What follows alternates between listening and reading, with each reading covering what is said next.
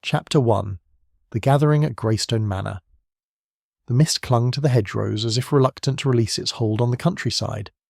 Greystone Manor, an elegant house of Georgian stonework, stood upon its hill like a watchful sentinel.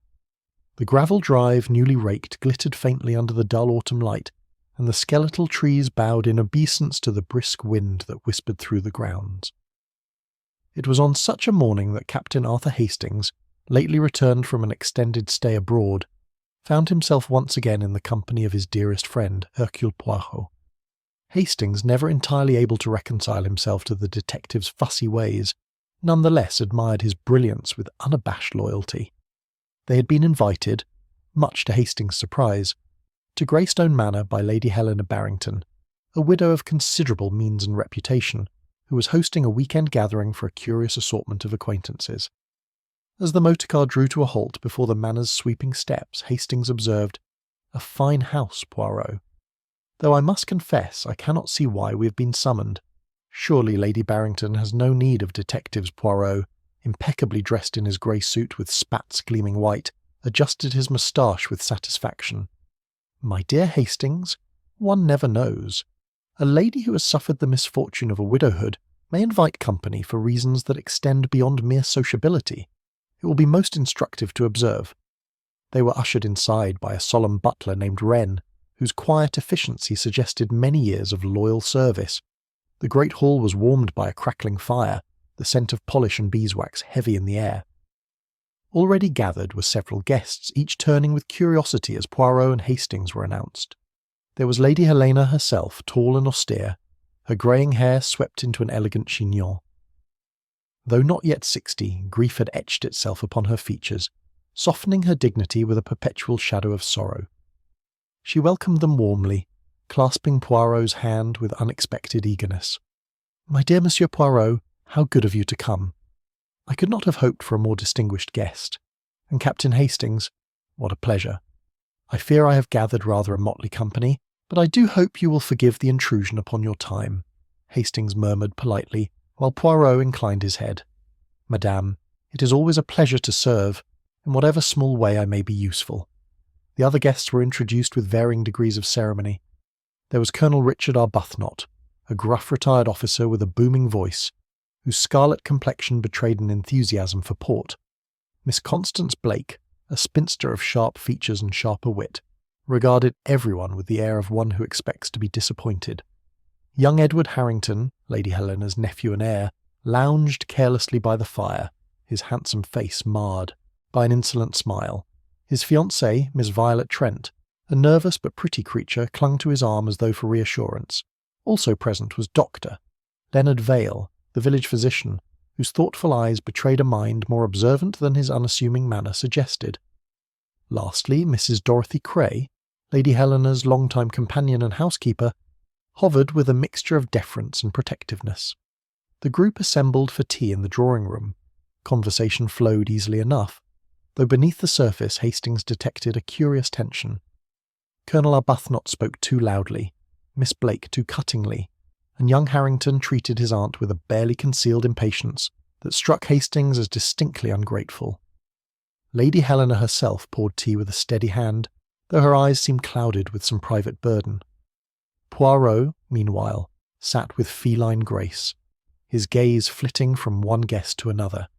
To Hastings' practised eye, the detective seemed already to be cataloguing the subtleties of gesture, tone, and glance, the small betrayals of human nature upon which he relied so thoroughly.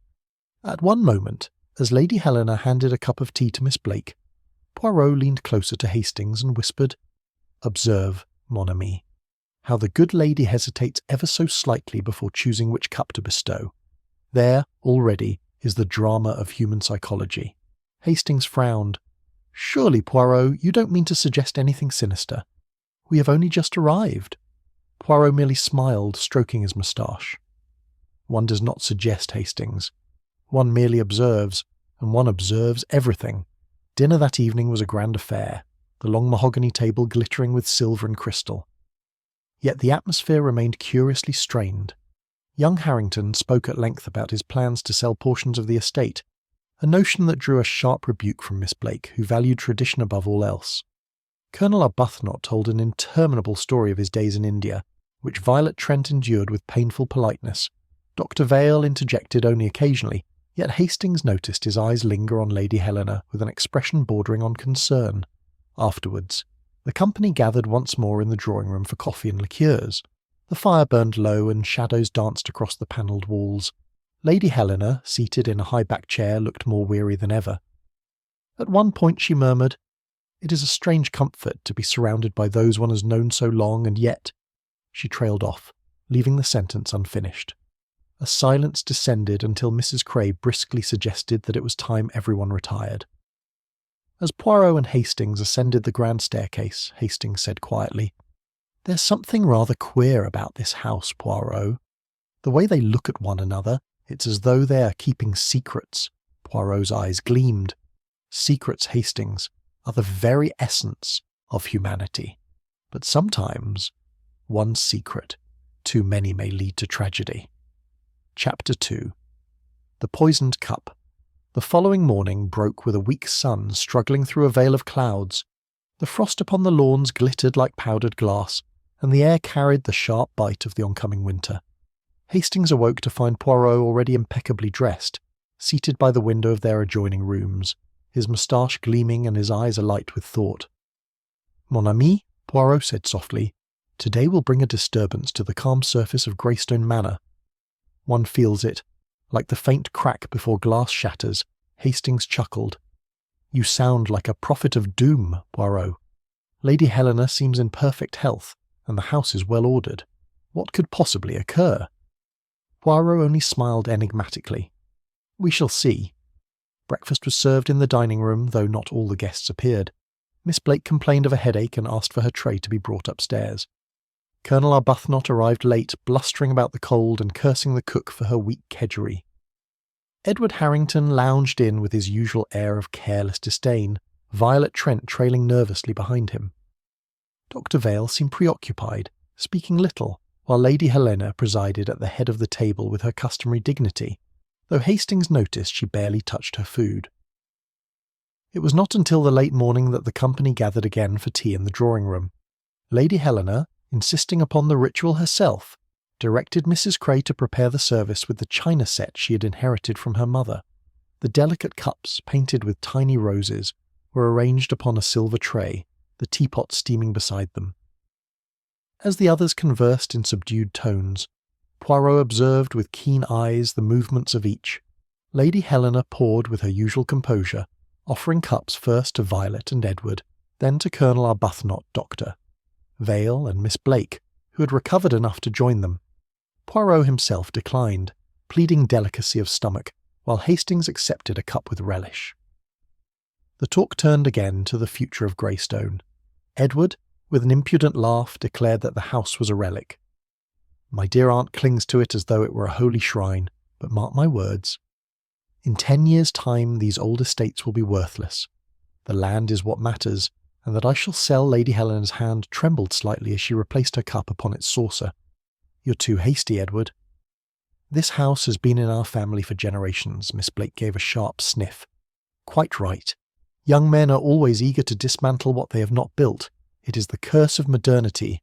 Colonel Arbuthnot roared with laughter and declared that tradition was all very fine, but cash was the soldier's true friend. Violet looked stricken, glancing at her fiancé as if to urge him to silence. Dr. Vale cleared his throat but said nothing. Then it happened. Lady Helena lifted her cup once more, sipped delicately, and suddenly froze. Her face drained of colour. The cup slipped from her hand, shattering upon the carpet, as her body convulsed in the chair. A strangled cry escaped her lips before she collapsed sideways, striking the floor with a terrible finality. Violet screamed. Mrs. Cray rushed forward, but Poirot was quicker, kneeling at the widow's side. Hastings, shaken to his core, watched helplessly as Doctor. Vale bent down, fingers at the lifeless throat. A grim silence followed before the physician said in a low voice, "She is gone. Lady Helena is dead." The shock rippled through the room. Violet sobbed uncontrollably. Edward stood pale and rigid, his earlier insolence erased. Miss Blake muttered something about wickedness in the world, while Colonel Arbuthnot swore aloud. Mrs. Cray sank into a chair, her face ashen. Poirot rose slowly, adjusting his cuffs. His voice was calm, yet it carried authority that silenced the tumult. "Messieurs, mesdames, this is no natural death. The good lady has been poisoned." Gasps followed his pronouncement. Hastings stared at him in disbelief. "Poirot? Poisoned? Surely you cannot know that so quickly." Poirot's eyes glittered. The spasms, the sudden collapse, the faint scent of bitter almonds upon the cup. Ah, mon ami, there is no mistaking it. "The hand of death was guided," Edward's voice broke in, trembling with indignation. "Are you saying that one of us, that someone here, murdered my aunt?" Poirot spread his hands delicately. "I do not say it, monsieur. I merely state what is evident. The police must be summoned at once. Until they arrive, I beg you all to remain calm, and to remain here." Dr. Vale nodded gravely. "He is right. No one must leave. The authorities will want every account." Miss Blake clasped her hands tightly. "This is monstrous. Poison. In her tea. Who would commit such a vile act?" No one answered. The silence of the drawing-room was broken only by Violet's quiet sobs and the crackling of the fire. Poirot stood, surveying them each in turn, his eyes sharp as blades. The circle had closed. The game had begun. Chapter 3. The Arrival of the Police. The atmosphere within the drawing-room remained tense, the silence broken only by the faint ticking of the mantel clock and Violet's muffled sobs. Poirot stood motionless, his eyes gleaming as he observed each stricken face, while Hastings hovered uncertainly at his side. At last, Mrs. Cray, pale and trembling, rose to her feet. "I shall telephone the police," she whispered, her voice little more than a rasp. Poirot inclined his head gravely. "Yes, madam. It is necessary, and please, let no one leave this house. Until the matter is resolved, every guest must remain within these walls." Mrs. Cray departed swiftly, her skirts rustling along the parquet floor. Dr. Vale, still kneeling beside Lady Helena's body, closed her eyes with a physician's solemnity. "A tragic end," he murmured, "and yet so sudden." "I had not believed her unwell." "Non, docteur," Poirot replied softly. "She was not unwell. It was no malady of nature that claimed her, but the malady of human malice. Colonel Arbuthnot, red-faced and restless, could contain himself no longer.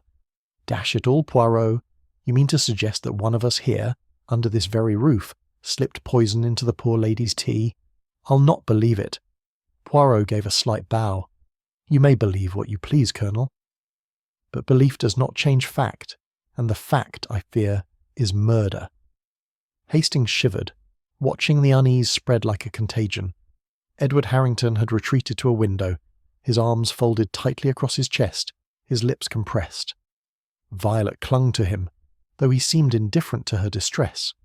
Miss Blake sat bolt upright, hands clenched upon her lap, her sharp eyes darting from one face to another, as if daring the guilty party to betray themselves. It was not long before the growl of a motor car sounded upon the drive. Moments later, heavy steps echoed in the hall, and into the drawing-room strode Inspector James Kersey of the County Police, a broad-shouldered man with a clipped moustache and an air of brisk efficiency. Behind him followed a constable, notebook at the ready. Kersey's gaze swept the room, lingering on the lifeless figure of Lady Helena, then shifting to Poirot. Recognition lit his face. "Monsieur Poirot? Well, well, I did not expect to find you here. This promises to be an interesting business." Poirot inclined his head modestly. "Alas, Inspector, I would have preferred a more peaceful weekend. But fate, it seems, has other designs." The inspector turned to the group, his voice brisk. "I understand Lady Helena Barrington has died suddenly, and foul play is suspected. I shall require each of you to remain here while I take statements. The doctor will certify the death, and the body must not be disturbed until further orders." Dr. Vale rose, brushing dust from his knees. "The signs are consistent with poison, Inspector. Though, of course, an examination will be necessary to confirm it." "Poison," Kersey repeated grimly. His eyes narrowed. "That means someone had the means to administer it. And unless I am much mistaken, it was in the tea." "Exactement," Poirot interjected softly. "It is as I told them.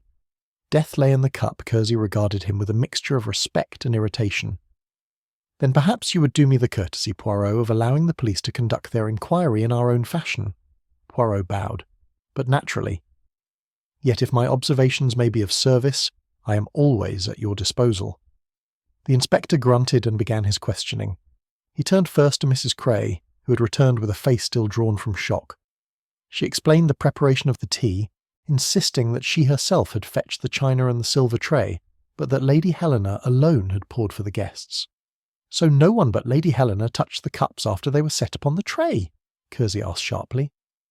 "That is correct," Mrs. Cray said. "She would allow no one else to serve. It was always her way, and where was the tea brewed?" "In the kitchen, Inspector." Wren the butler carried it up. Kersey scribbled in his notebook, then turned his gaze upon Edward Harrington. "You, sir? You are the deceased's heir, are you not?" Edward stiffened. "Yes. But if you're suggesting I wished my aunt dead, that is an outrageous insinuation." "Perhaps. Perhaps. Still, the future of Greystone Manor rests upon you now, does it not? And there are those who say you were eager to sell it."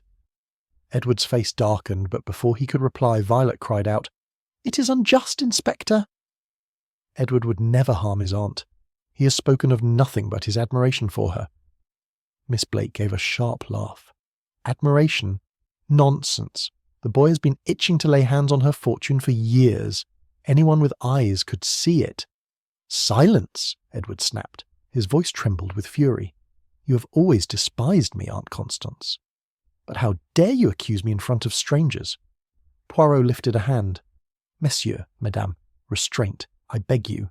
Such quarrels do not aid the truth." Inspector Kersey's eyes glittered. "On the contrary, Poirot.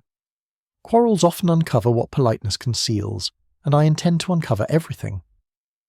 The questioning continued, each guest offering fragments of information that seemed to cloud the picture rather than clarify it. Yet through it all, Poirot remained serene, his gaze fixed upon each speaker with unerring intensity. He made no notes, but Hastings knew well that every word, every hesitation, every fleeting glance was engraved upon his remarkable memory. As the inspector concluded his first round of inquiries, the atmosphere grew heavier still. The shadows lengthened across the panelled walls, and the great house seemed to hold its breath. Somewhere within, the truth lay hidden, and Poirot, with his little grey cells, was already searching for the thread that would unravel the knot. Chapter 4. The First Questions. The grey afternoon light filtered weakly through the mullioned windows of the drawing-room, lending the chamber a chill that no fire could quite dispel. Inspector Kersey, notebook in hand, seated himself firmly at the head of the long table. The constable stood silently by the door, barring exit. Poirot, neat and composed, occupied an armchair with an air of detached serenity, while Hastings hovered close, inwardly restless. Kersey cleared his throat. "Now then, we shall proceed systematically. Each of you will account for your movements this morning and during the serving of tea. Let us begin with you, Colonel Arbuthnot the Colonel." Straightened, his ruddy face bristling with indignation. "Dashed unpleasant business, Inspector. I was in the library after breakfast going over some old letters of mine. As for the tea, I took the cup handed to me by Lady Helena herself, drank it, and found it perfectly ordinary. No poison there, I assure you." "Did you notice anything unusual?" Kersey pressed. "Not a thing. Except perhaps that the dear lady looked a trifle fatigued." Poirot's eyes glimmered. "And yet, Colonel, when you spoke of your campaign in India, Lady Helena did not seem inattentive. Her mind was alert, n'est-ce pas?" The Colonel looked startled. "Well, yes." She listened as if she followed every word. Poirot inclined his head. "It is curious, is it not, that the sudden fatigue came only after she drank?" Kersey scribbled quickly, then shifted his attention. "Miss Blake." The spinster leaned forward, her lips pinched. "I remained in my chamber until nearly 11. Mrs. Cray brought my tray as I was indisposed. Later I joined the others for tea. Lady Helena gave me my cup.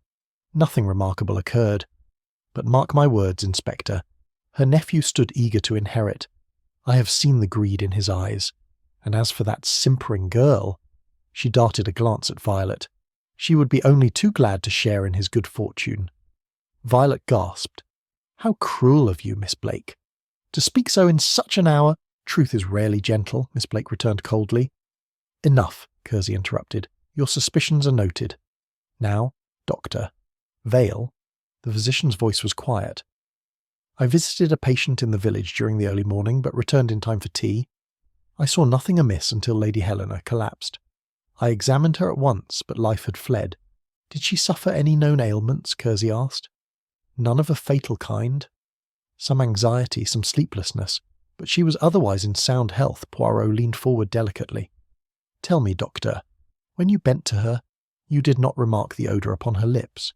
It was faint, but to the trained nostrils... Doctor. Vale nodded slowly. Bitter almonds. Yes, I caught it. Cyanide, almost certainly. A murmur ran around the room. Edward, pale and tense, struck the table with his fist.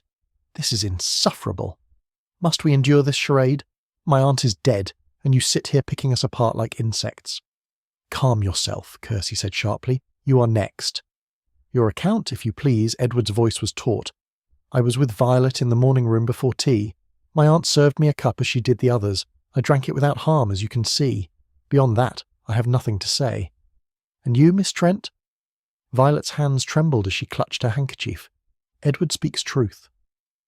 We were together. I took my cup. I scarcely touched it. I was too nervous to drink more than a sip. Why nervous? Poirot asked gently. She flushed. The conversation about selling Greystone.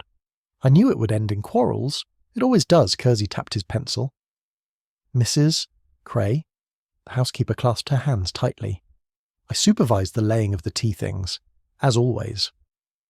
Wren the butler brewed the pot in the kitchen. He brought it up, I arranged the china, and Lady Helena poured. That is all I know. Did you see anyone alone with the tray before it was served? No, Inspector.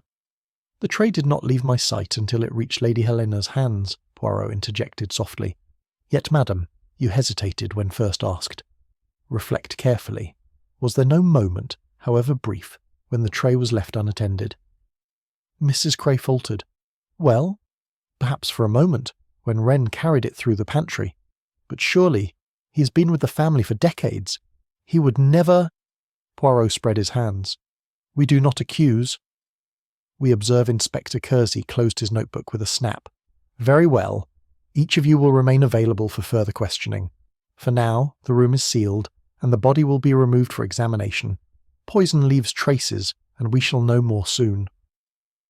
The group dispersed reluctantly, subdued whispers trailing behind them.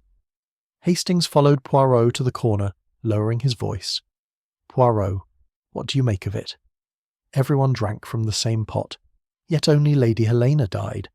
Poirot's moustache twitched upward. Precisely, Hastings. A puzzle most intriguing, for if all shared the same tea, then only her cup was singled out. Someone contrived to place death in one cup alone, the cup destined for Lady Helena. He leaned closer, his eyes alight with quiet fire. And so, mon ami, the question becomes not merely who poisoned, but how did they ensure that she, and she alone, would drink it? Chapter 5. The Red Herrings. The corridors of Greystone Manor seemed to echo with whispers as dusk drew its veil across the countryside. The guests, now prisoners in their own minds, drifted restlessly from one room to another, under the silent vigilance of the constable stationed in the hall. The drawing-room, scene of the tragedy, had been locked by Inspector Kersey, its key resting heavily in his pocket.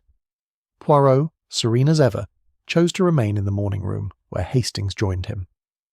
The little Belgian sat perfectly still, fingertips pressed together, his eyes half closed as if in meditation. Hastings, shifting uneasily, broke the silence. I don't like the inspector's tone, Poirot. He seems determined to fix suspicion on Edward, but surely the boy wouldn't have dared. Poisoning his own aunt, in full view of everyone. Poirot opened his eyes. You leap too fast, Hastings. Inspector Kersey looks for the obvious. The heir profits most, therefore the heir must be guilty, such is his reasoning. But the criminal who is clever, he relies upon just such simplicity to conceal his hand. There, conversation was interrupted by the sudden arrival of Colonel Arbuthnot, who barged into the room in a gust of bluster. His face was crimson, his moustache bristling with indignation. "Confound that inspector," he roared, "asking me if I had debts, if I ever borrowed money from Lady Helena. Insolence! I told him straight I needed nothing from the dear woman. By Jove, I've my pension, and I live within my means. Poirot raised a delicate eyebrow. But of course, Colonel. And yet you protest with such vigour. One might almost suspect the contrary. The Colonel sputtered, then subsided with a grunt. Dashed cheek. Well, let him sniff elsewhere. He departed in a storm of boots and muttered oaths.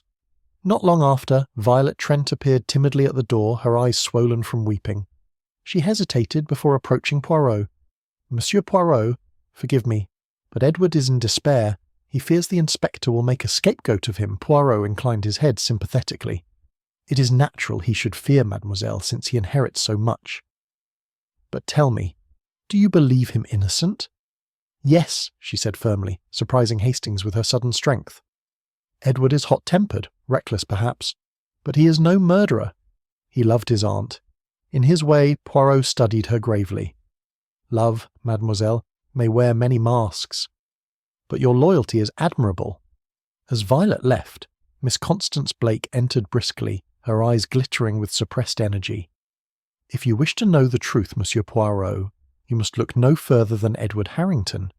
His greed has been the talk of the family for years, and that girl, foolish creature, defends him blindly. It is transparent Poirot regarded her coolly. Mademoiselle, you seem eager, too eager, to direct suspicion. Might one ask why? Miss Blake stiffened. Because I value justice, sir. That is all. When she had departed, Hastings muttered, She's a sour one, Poirot.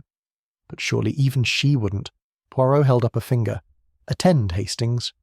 Already you see the pattern? Each points the finger elsewhere. The Colonel blames the inspector. Miss Blake blames Edward. Violet pleads his innocence. Soon others will bring forth their own accusations. Such diversions are the red herrings in our sea of suspicion. That evening at supper, the tension in the dining room was palpable. Little was eaten. Voices were hushed.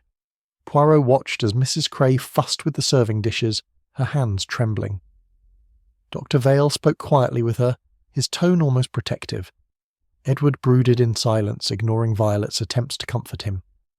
Miss Blake, upright and unsmiling, surveyed the table as if from a court bench, while Colonel Arbuthnot drowned his discomfort in claret. Poirot sipped water, his gaze restless yet discreet. At one moment he leaned toward Hastings. See how Mrs. Cray avoids the eyes of the others. She knows more than, she admits. And observe, Hastings, the good doctor comforts her. Why? Is it compassion or complicity? Before Hastings could reply, Inspector Kersey entered. The room fell silent. He placed a sealed envelope upon the table. The preliminary examination confirms it, he said grimly. Lady Helena died from cyanide poisoning. The poison was contained only in her cup. Someone here arranged it deliberately. A collective gasp followed. Edward leapt to his feet. I will not endure these insinuations. If you mean to arrest me, do so and have done with it. Kersey's voice was harsh. Sit down, sir. No arrest has yet been made, but mark my words. I shall find the one responsible. Poirot's eyes gleamed in the candlelight. He spoke softly, yet his words carried to every corner of the room. Yes, Inspector. You shall find them, but permit me this counsel. Look not only to who had the motive, look also to who had the opportunity, and who possessed the psychological daring to poison in plain sight. A silence fell, heavy and oppressive. The guests shifted uneasily, each suddenly conscious of their own smallest gesture.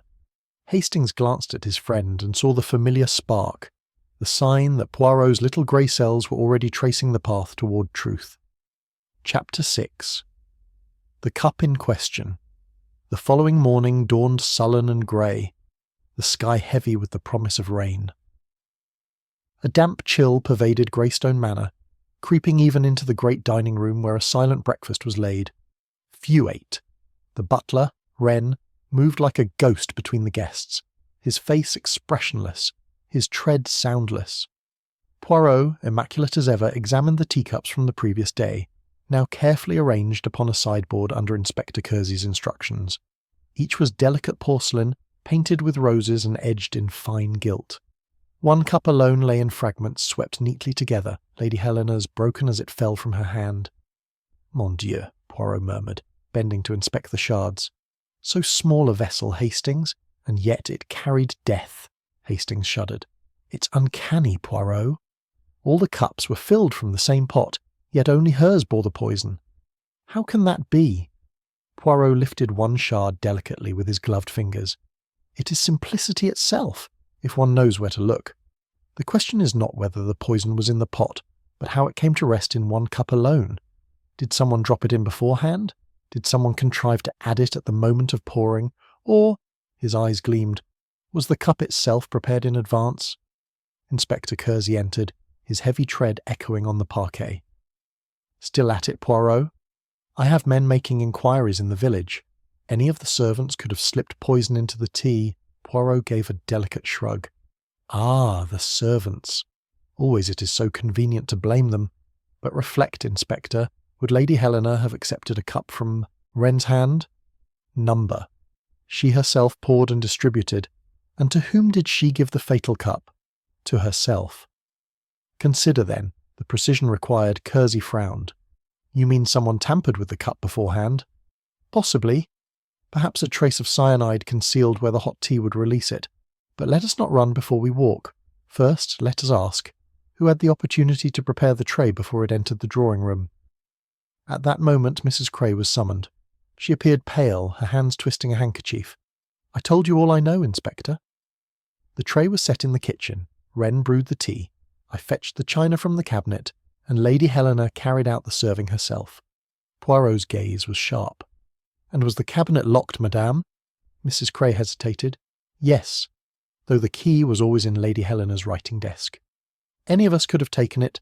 Just so, Poirot murmured. Hastings, eager, leaned forward. But Poirot, if someone placed the poison upon her cup beforehand, they must have known exactly which one she would choose for herself. Precisely, Hastings. That is the heart of the matter. The murderer not only supplied the poison, but anticipated Lady Helena's every habit. They knew which cup she would take, or contrived to make certain she did. Inspector Kersey snorted. You make it sound like a conjurer's trick. Perhaps simpler. Perhaps she was given the cup deliberately by another. Poirot shook his head gently. Non, non. She served herself last, did she not? The others were already sipping when she took her own. No, the hand that guided her was subtler than that. Remember, Hastings, she hesitated before choosing. That hesitation was not chance. It was the hesitation of a mind deciding, consciously or unconsciously, which was meant for her. The room fell silent. Even Kersey seemed unsettled by the thought. Later that morning, Poirot asked to see the butler. Wren stood erect, his lined face impassive. I brewed the tea, sir, as I always do. I took the pot and tray into the pantry. Mrs. Cray arranged the cups. Then I carried it to the drawing-room. Was the tray ever out of your sight? Poirot asked. For a moment, perhaps. I stepped back to fetch a cloth, but only a moment. And who else was in the kitchen then? No one, sir. The cook had gone to the market. Poirot studied him closely. You have served Lady Helena many years. Did you observe anything unusual in her manner yesterday? A flicker crossed the butler's eyes. Only that she seemed more agitated than usual. I overheard her speaking with Mr. Harrington earlier. She begged him to reconsider selling part of the estate. He laughed at her. Poirot inclined his head. Merci, monsieur. That will suffice. When Wren had gone, Hastings whispered urgently, There, Poirot. That's motive enough. Edward pushed her too far and she threatened him. He slipped the poison on her cup in the pantry. Poirot smiled faintly. Ah, Hastings, you're always ready to seize upon the obvious. But reflect.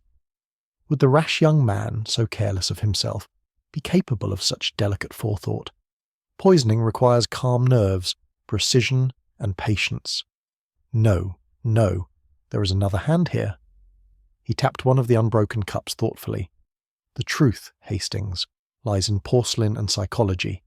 We must discover not only who could place the poison, but who would understand how Lady Helena chose her own cup. That, mon ami, will be the thread that unravels the whole design. Chapter 7. Shadows and Suspicions. The storm that had threatened all morning broke by afternoon. Rain lashed the windows of Greystone Manor, and the wind moaned through the chimneys like a chorus of restless spirits. Within, the household remained subdued, each guest confined by Inspector Kersey's decree. Yet confinement bred unease, and unease gave birth to whispers, Poirot, unaffected by the tempest outside, sat in the library with Hastings. His small frame was perched neatly upon a chair, his fingertips pressed together as he contemplated the chessboard before him, not for play, but for reflection. "Hastings," he said softly, "murder is a game of psychology. Observe the board. Each piece moves according to its nature. The rook cannot pretend to be a knight, nor the pawn to be a queen. So too with our suspects. Each reveals their essence in the smallest gesture." Hastings frowned. "But every one of them had reason, Poirot. Edward with his inheritance, Miss Blake with her bitter tongue, the Colonel perhaps needing money, even Mrs. Cray with her loyalty that looks almost suffocating. How do we distinguish motive from mere suspicion?" Poirot's moustache twitched upward.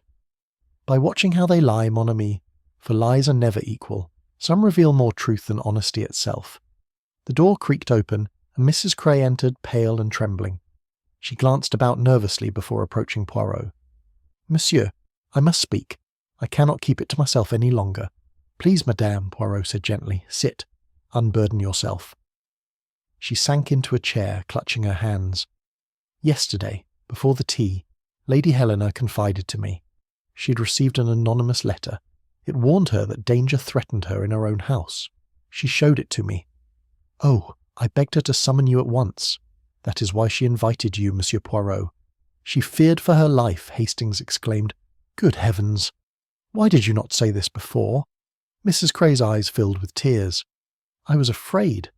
I thought if I mentioned it, suspicion would fall upon me, and now she is dead." Poirot regarded her intently. "Do you still have this letter?" "No, she kept it locked in her desk. But after her death, I looked. It was gone." Poirot's gaze sharpened. "Gone?" "Très intéressant. Someone feared it might speak too, plainly." At that moment, Colonel Arbuthnot strode into the library, his boots squeaking from the rain. He stopped short upon seeing Mrs. Cray. "What's this? Whispering in corners, eh? By Jove, you'll drive us all mad with secrets." Poirot's eyes narrowed. "Perhaps, Colonel, it is secrets already known that trouble you." The Colonel flushed deeply. "Dash it all, Poirot, I've nothing to hide." With that he stormed out, slamming the door behind him. Poirot sighed. The good Colonel, he blusters too much. A man who shouts, "I am honest," too often is rarely so. Later, while the storm still raged, Hastings wandered into the drawing-room where Miss Blake sat rigidly by the fire, her knitting needles clicking with furious precision. She regarded him sharply. "Well, Captain Hastings?" "Come to ask if I poisoned my cousin." Hastings coloured. No, of course not. But you must admit, your insistence upon Edward's guilt seems, well, pointed." She gave a thin smile. "Because it is true. I saw him slip something into his pocket after the tea. A small vial. He thought no one noticed." Hastings stiffened. "A vial? Why did you not tell the inspector?" "I wished to watch him squirm first," she said coolly. "And besides, Inspector Kersey is a plodding man. He will stumble into the truth in due course." When Hastings hurried back to report, Poirot listened silently, then shook his head. "No, Hastings. This vial. It is too convenient, too theatrical. Miss Blake wishes us to see Edward as guilty. But why? Ah, that is the puzzle." As evening fell, Poirot summoned Violet to the library. She entered timidly, her eyes red-rimmed. "Mademoiselle," Poirot said kindly, "tell me, what do you fear most?" She clasped her hands. "That Edward will be arrested. He is reckless, yes, but he is innocent. I know it. I swear it." Poirot studied her with keen eyes. "Innocent, perhaps. But sometimes, mademoiselle, innocence hides beneath a guilty appearance, and guilt beneath an innocent face. Be wary of what your heart tells you." When Violet had gone, Hastings asked anxiously, "Poirot, do you truly believe Edward innocent?" Poirot leaned back, his gaze thoughtful. "I believe, Hastings, that Edward is too obvious. The poisoner here is one who understands human nature, who manipulates appearances with subtlety. The truth, it lies not in what we see, but in what we are led to see." The storm outside abated, leaving the house in uneasy stillness. Somewhere within its walls the murderer moved unseen, cloaked not in shadow, but in deception, and Poirot, his little grey cells alive with suspicion, waited for the moment when the mask would slip. Chapter 8. The cracks appear. The day after the storm dawned with a pale, washed-out sky, the lawns of Greystone Manor heavy with rain.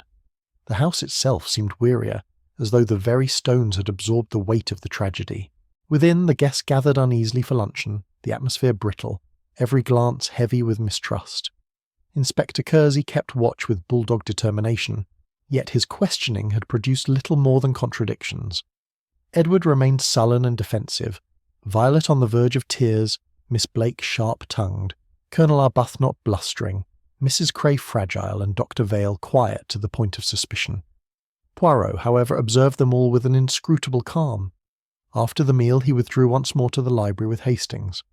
"Mon ami," he said, pacing lightly across the carpet, "there is a smell to this house, not of poison, but of secrets. They leak from the walls, they weigh on the very air." Hastings frowned. "But surely, Poirot, the poisoner must be Edward." Miss Blake swears she saw a vial in his pocket. Poirot stopped short, raising a finger. "Just so, she swears. But Hastings, do you not find it strange that only she claims this sight? Others, who had as much view of Edward as she, said nothing. When one voice insists too loudly, I ask myself, what is it that voice seeks to cover?" Before Hastings could reply, Mrs. Cray entered, wringing her hands. "Monsieur Poirot, forgive me, but I cannot bear it. I must tell you what I overheard. Yesterday morning, before tea, I passed near Lady Helena's study. I heard raised voices. It was Edward and Lady Helena. He threatened her, said she stood in the way of his future. She told him he would never have her blessing if he sold the estate. It was dreadful." Hastings started. "There, Poirot, that proves it." Poirot's gaze, however, was cool. "Or perhaps, Mrs. Cray, it proves only that you overheard what you were meant to overhear. Do you see? A quarrel so convenient it might almost have been arranged for witnesses." Mrs. Cray flushed scarlet. "You dare suggest—" "I suggest nothing, madam," Poirot replied gently. "I merely note the strangeness of human behaviour." She departed in a flurry of indignation, and Hastings looked at Poirot in bewilderment. "You doubt her, Poirot?" Poirot adjusted his cuffs. "I doubt everyone, Hastings." "That is why I shall find the truth later in the afternoon." Poirot sought out Dr. Vale, who was writing notes in a small ledger. The doctor greeted him with grave courtesy. "Dr. Vale," Poirot began softly, "Lady Helena trusted you, did she not?" The physician hesitated. "Yes. She often confided in me. Her health, her worries." "Then perhaps you know why she seemed particularly troubled these last weeks?" Dr. Vale's brow furrowed. "She feared her household was breaking apart. She told me she felt surrounded by vultures, waiting for her death. And you, doctor? Did she trust you with her will?" The doctor stiffened. "That is a private matter, but yes, she told me she had altered it. She intended her fortune not solely for her nephew, but divided among others as, well, Poirot's eyes flashed. Ah, that would change the game entirely. Did Edward know?" "I believe not. She meant to tell him, but she delayed." Poirot bowed his head. "Merci, doctor. You have given me much to consider that evening." The household assembled once more in the drawing-room under Inspector Kersey's watch. Tension coiled like a snake. Colonel Arbuthnot declared loudly that no English gentleman would stoop to poison. Miss Blake accused him of bluster and concealment. Edward flared into anger. Violet burst into tears, and Mrs. Cray sank half-fainting into a chair. Poirot rose, his voice cutting through the noise. "Enough! Each of you hides truths, small, large, who can say? But remember this, lies build walls, and walls cannot stand forever. Already they crack." A heavy silence followed. All eyes turned toward him, some defiant, some fearful. Poirot's gaze moved from face to face, lingering on each in turn, as though he could see beyond their masks into the shadows beneath. "Mark me well," he said softly. "The murderer is among us, and soon, very soon, their mask will slip." Chapter 9. The trap night fell early upon Greystone Manor, the heavy clouds blotting out the last of the sun. Candles flickered in the great hall, their light throwing uneasy shadows across the portraits of stern ancestors. The air in the house was taut as a wire, the guests restless and weary from suspicion. Poirot, however, seemed in no haste. He dined sparingly, polished his moustache with exactitude, and excused himself early to the library, where he arranged a small gathering of chairs about the hearth. Hastings watched in puzzlement. "What are you about, Poirot?" Poirot smiled faintly. "The moment has come, Hastings. The murderer has grown confident, but tonight we shall lay bare their conceit." By 9 o'clock, Inspector Kersey had gathered the household in the library at Poirot's request. They filed in reluctantly, Edward stiff and sullen, Violet pale and trembling, Miss Blake with her sharp chin lifted defiantly, Colonel Arbuthnot puffing with indignation, Doctor Vale grave and inscrutable, Mrs. Cray fluttering nervously, and Wren the butler standing silently at the back. Poirot rose, his small figure commanding attention. "Mesdames, Messieurs, you are weary of suspicion. You wish this ordeal ended, so let us end it. We shall retrace the scene of the Lady Helena's death. Each of you will sit as you did that afternoon, and I shall observe the company complied with varying degrees of reluctance." The silver tray was brought in with cups and a pot of harmless tisane prepared under Inspector Kersey's eye. Lady Helena's high-backed chair remained empty, draped with black. "Now," Poirot continued, Lady Helena poured and distributed. Observe, Hastings, how she moved from guest to guest. At his direction, Mrs. Cray enacted the motions. She handed cups to Violet, to Edward, to Colonel Arbuthnot, to Miss Blake, to Dr. Vale. Each accepted theirs. Then she hesitated before taking one cup for herself. The last. Poirot raised his voice. Voila! The hesitation. Lady Helena always took the final cup. She was a woman of habit. The murderer knew this. Thus the poison was placed not in the pot, but in that one cup. It was destined for her. A murmur rippled through the room. Inspector Kersey frowned. And who had the chance to prepare that cup beforehand? Poirot's eyes gleamed. Ah, that is the crux. The cabinet of china was not always locked. The tray was left unattended for moments. Anyone in this house could have tampered with it. But only one among you knew precisely how Lady Helena would choose. He let the words hang, the silence oppressive. Then he went on softly. The murderer is clever. They planted quarrels to make Edward appear guilty. They whispered threats overheard at doors. They even spoke of a vial in a pocket that did not exist. Always the finger pointed elsewhere, but too eagerly Hastings caught his breath. Poirot, you mean? Poirot lifted a hand. Patience, mon ami. Let us see who can bear the weight of truth. He turned suddenly upon Miss Blake. Mademoiselle, you told us you saw Edward conceal a vial. That was a lie. Why? Miss Blake's needles clattered to the floor.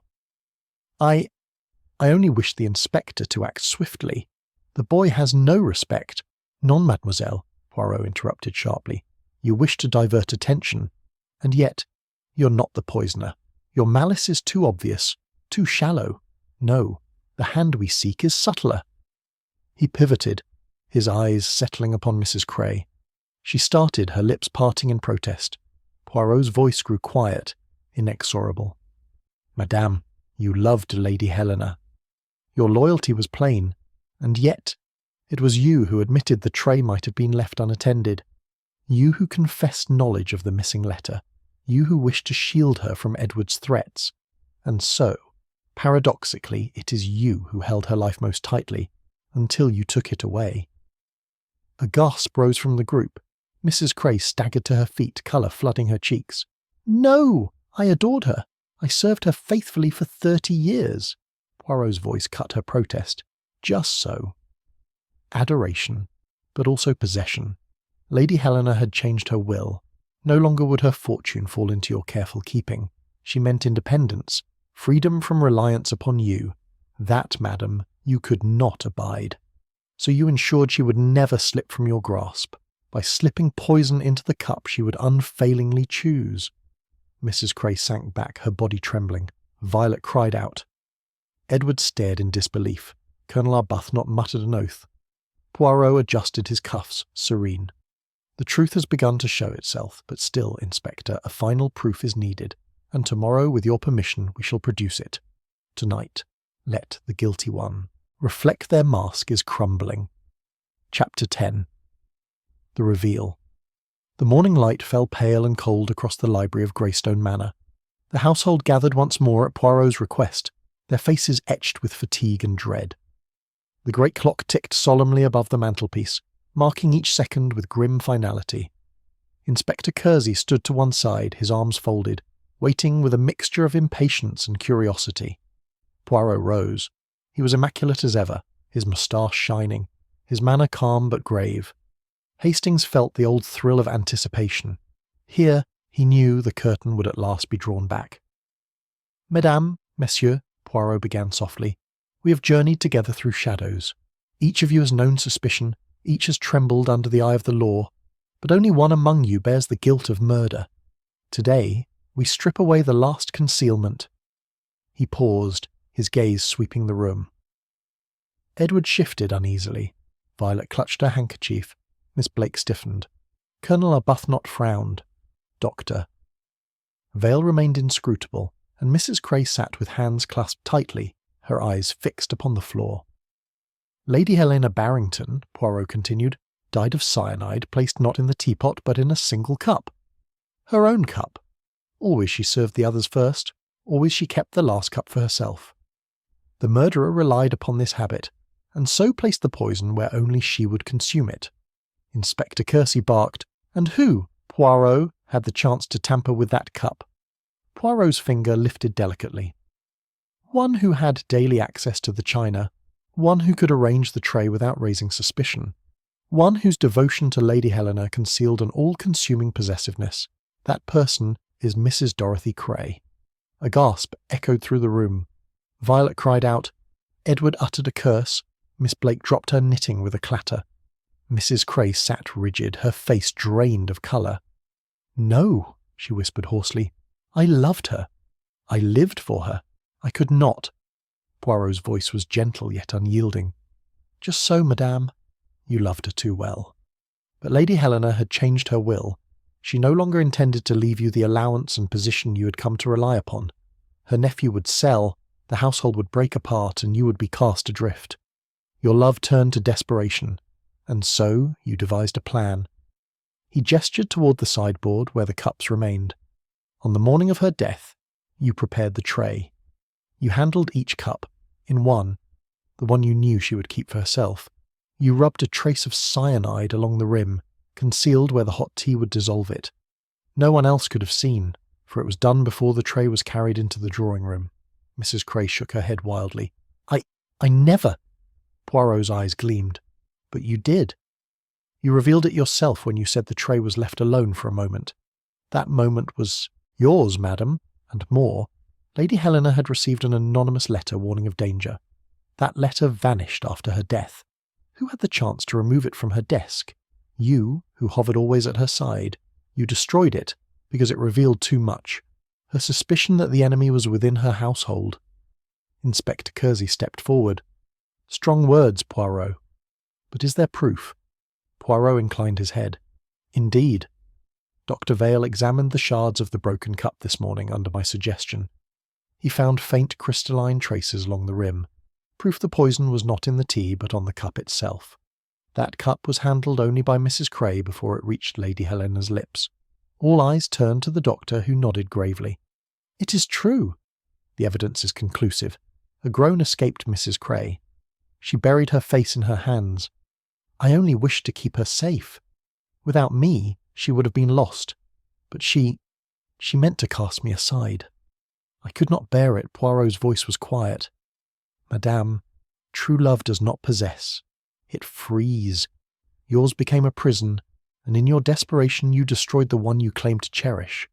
That is the tragedy of this crime," Inspector Kersey signalled to the constable, who stepped forward. Mrs. Cray rose unsteadily, her face streaked with tears, and allowed herself to be led away without struggle. The room remained hushed, the weight of revelation pressing down upon them all. Edward sat pale, Violet clung to his arm, Miss Blake muttered a bitter prayer, and Colonel Arbuthnot stared grimly into the fire. Poirot, adjusting his cuffs with delicate precision, spoke once more. "It is finished. Justice will follow its course, but let us remember, murder is never born of reason alone. It springs from passion, from weakness, from the shadows of the heart, and there lies its danger, mes amis, for within every heart lurks a shadow with that he turned away, his figure small yet commanding, his moustache immaculate, his little grey cells at rest, for the puzzle of the widow's poisoned tea was solved. Chapter 11. The Reflection. The household, once a place of uneasy civility, now seemed hollowed by silence. The echo of Mrs. Cray's confession lingered in every corridor. Her absence left a void as though part of the very fabric of Greystone had been torn away. The constable had taken her to the village under Inspector Kersey's watch, and with her departure the others dispersed in dazed fragments. Colonel Arbuthnot to the smoking room, Edward and Violet to their chambers, Miss Blake to her knitting doctor, Vale to his patients. In the library, only Poirot and Hastings remained. The fire crackled softly, throwing a golden glow upon the detective's immaculate figure as he sat, hand-steepled, eyes reflective. Hastings, restless, paced the carpet before turning abruptly to his friend. "Well, Poirot, it's over. And yet I cannot help but feel, dash it all, a sort of pity." Mrs. Cray seemed so devoted, so harmless. Who would have thought her capable of murder? Poirot inclined his head gravely. Devotion, Hastings, may be as dangerous as hatred. Love, when twisted by fear of loss, becomes a prison. To Mrs. Cray, Lady Helena was not a friend but a possession. When she saw that possession slipping away, her devotion curdled into desperation. Such desperation, mon ami, is a poison more deadly than cyanide. Hastings frowned. But the cunning of it, the preparation of the cup, the foresight to count on Lady Helena's habits, it was devilish clever. A faint smile touched Poirot's lips. Clever, yes, but not infallible. For there is no perfect crime, Hastings. Always there is a crack, a hesitation, a contradiction. Mrs. Cray could not resist adding her voice to the chorus of suspicion, pointing to Edward, whispering of quarrels, speaking of missing letters. It was too much. Truth, Hastings, is economical. Lies are prodigal.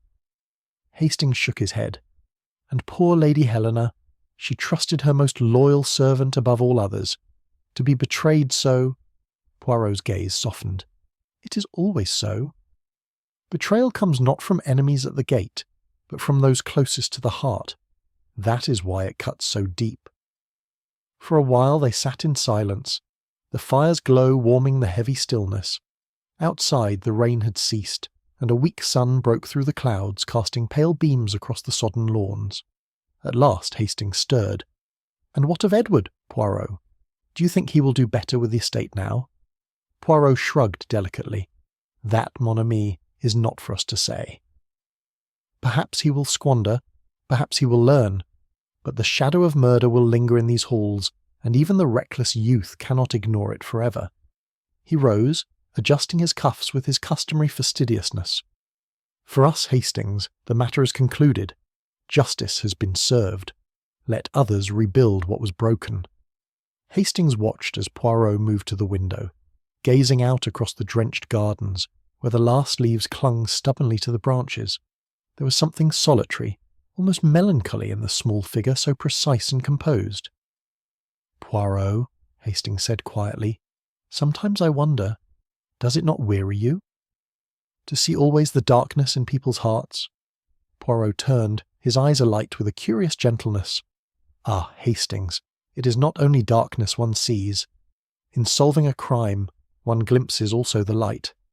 The loyalty of some, the courage of others, the truth that refuses to be buried. That, mon ami, is why I persist, because even in the shadow of murder one may discern the shape of justice." He gave a small, almost wistful smile. "And for Hercule Poirot, that is enough." The clock struck the hour, the chimes rolling solemnly through the manor. Poirot took up his hat and gloves with his habitual care. Hastings followed, and together they stepped into the chill air, leaving behind the house of secrets. Greystone Manor stood silent, its great windows darkened, its stones heavy with memory. Within its walls tragedy had played its part and resolution had come at last. Yet as the two friends walked away, the mist began to rise again from the fields, curling like pale ghosts, a reminder that in life, as in crime, the shadows never vanish entirely. And so ended the affair of the widow's poisoned tea. Chapter 12. Poirot's departure. The following morning dawned cold and clear. The storm had passed, leaving the lawns of Greystone washed clean, the gravel drive glistening beneath a pale sun. Yet within the manor, the atmosphere remained heavy, subdued by the echoes of the crime. Servants moved quietly through the halls. The guests spoke in hushed tones, each eager to put distance between themselves and the shadow of murder. Poirot, as ever, was composed. His small suitcase stood ready in the hall, his hat and cane arranged with meticulous care. Hastings, meanwhile, lingered near the hearth, reluctant to leave so sombre a house behind. Inspector Kersey arrived early, his manner brisk. "Mrs. Cray has confessed enough to stand trial. There'll be no difficulty now. A tragic business, but neatly tied up." He turned to Poirot with a half-smile. "I'll grant you this, monsieur. Your little grey cells do the work of half a regiment." "My thanks," Poirot inclined his head modestly. "It is nothing, Inspector. The truth once glimpsed must always prevail. One has only to permit the facts to speak, and the lies to betray themselves." Edward Harrington approached then, pale and subdued, Violet at his side. He looked at Poirot with something between shame and gratitude. "Monsieur Poirot, I owe you more than I can say. Had it not been for you, I might now stand accused of my aunt's death." Poirot's gaze was steady. "Monsieur, take this as lesson. Wealth brings responsibility, not only privilege. Your aunt wished you to honour Greystone, not discard it as a bauble. See that you prove worthy of her trust, and of your own freedom." Edward bowed his head. "I shall try," Violet whispered. "Thank you, Monsieur Poirot." Truly, Miss Blake, standing nearby with her knitting clutched tightly, sniffed. Justice at least is done, though it is a bitter thing to see betrayal so close to home." Colonel Arbuthnot muttered his agreement, though his eyes were troubled. Dr. Vale alone said nothing, but when Poirot passed, he inclined his head gravely, as though acknowledging the deeper truths only they two understood. At last the motor car was brought round. Poirot stepped into the crisp air, Hastings at his side. As the constable loaded their bags, Hastings turned to glance back at the manor, its windows shuttered, its stones weathered and grim. "A strange case, Poirot. I shall not soon forget it." Poirot adjusted his gloves with precision. "Nor should you, Hastings. It teaches us that murder is rarely born of hatred alone. It may spring from love, from loyalty, from devotion too fierce to bear disappointment. Remember that." As the motor car rumbled down the gravel drive, Hastings leaned back with a sigh. "And what of you, Poirot? Will you not rest your little grey cells for a time?" Poirot smiled faintly, eyes fixed on the horizon. "Rest, mon ami? Perhaps. Yet crime is like the mist of this country. It clears for a day, only to return with the dawn, and when it does, Hercule Poirot will be ready." The manor dwindled behind them, its silhouette stark against the winter sky. Ahead lay the winding road, and beyond it, the world, ever full of secrets, ever in need of his little grey cells. Thus did Poirot depart from Greystone, leaving behind tragedy, justice, and the faint echo of a truth only he could have drawn from shadows, that even love, when warped, may prove the deadliest poison of all.